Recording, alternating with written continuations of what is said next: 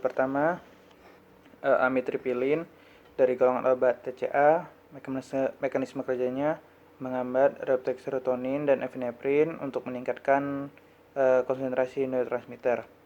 Efek sampingnya itu sedasi, lemah, letih lesu. Interaksinya itu meningkatkan efek alkohol dan depresan sistem saraf pusat. Jangan diminum bersamaan dengan cisalpid dan diazepam. Populasi khususnya tidak boleh untuk ibu hamil dan ibu menyusui. Kedua, ada maprotilin golongan TCA. Mekanismenya meningkatkan konsentrasi sinaptik norepinefrin di sistem saraf pusat dengan menghalangi pengambilan neurotransmitter kembali oleh membran saraf prasinap. Efek samping itu sedasi, mulut kering, lesu, dan resiko kejang meningkat. Interaksi obatnya itu agomelatine dapat meningkatkan aktivitas depresan sistem saraf pusat. Populasi khusus ibu hamil kategori B, ibu menyusui harus berhati-hati karena obat didistribusikan ASI dan anak di bawah 18 tahun belum terdapat keamanannya.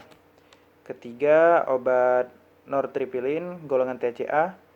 Mekanismenya itu menghambat reuptake serotonin dan epinefrin untuk meningkatkan neurotransmitter di sistem saraf pusat. Efek samping itu sedasi, sembelit, sakit kepala, dan mulut kering dan insomnia. Interaksinya itu nortriptilin ini dengan quinidin, disopiramid, dan petamidin. Populasi khususnya itu pada ibu hamil kategori D. Ibu menyusui harus berhati-hati karena obat didistribusikan ke ASI dan geriatri. Keempat, ada imipramin golongan TCA. Mekanismenya itu menghambat reuptake kembali serotonin dan epinefrin untuk meningkatkan kembali neurotransmitter. Efek samping itu mulut kering, terus peningkatan berat badan dan tremor. Interaksinya itu fluoxetine itu jika dikonsumsi bersamaan dengan imipramin dapat menyebabkan mulut kering, tremor, sedasi, dan penglihatan kabur. Populasi khususnya itu pada ibu hamil kategori D, ibu menyusui harus berhati-hati karena obat terdistribusi ke dalam ASI. Dan pada gangguan hepar harus hati-hati karena dapat memperparah. Selanjutnya, yang kelima ada fluoxetine golongan SSRI. Mekanismenya itu meningkatkan aktivitas serotogenik di sistem saraf pusat yang dihasilkan dan penghambatannya terhadap reuptake serotonin. Efek samping itu cemas, mulut kering, nyeri kepala, insomnia, dan tremor. Kalau interaksinya itu dengan reseptor MAO dan cloazipin. Populasi usia itu ibu hamil kategori C dan ibu menyusui harus berhati-hati karena obat terdistribusi ke dalam ASI. Selanjutnya ada sertralin golongan SSRI juga. Mekanismenya itu menghambat neuron persinaptik serotonin pada membran neuron prasinap agar serotogenik tidak meningkat. Efek samping itu mual, diare, insomnia, dan tremor. Interaksinya itu keparahan pendarahan dapat meningkat ketika dikombinasikan dengan obat asetamin. Populasi khusus ibu hamil kategori C, ibu menyusui harus berhati-hati karena obat didistribusikan ke dalam ASI dan anak di bawah 8 tahun harus berhati-hati karena keamanannya belum ditetapkan.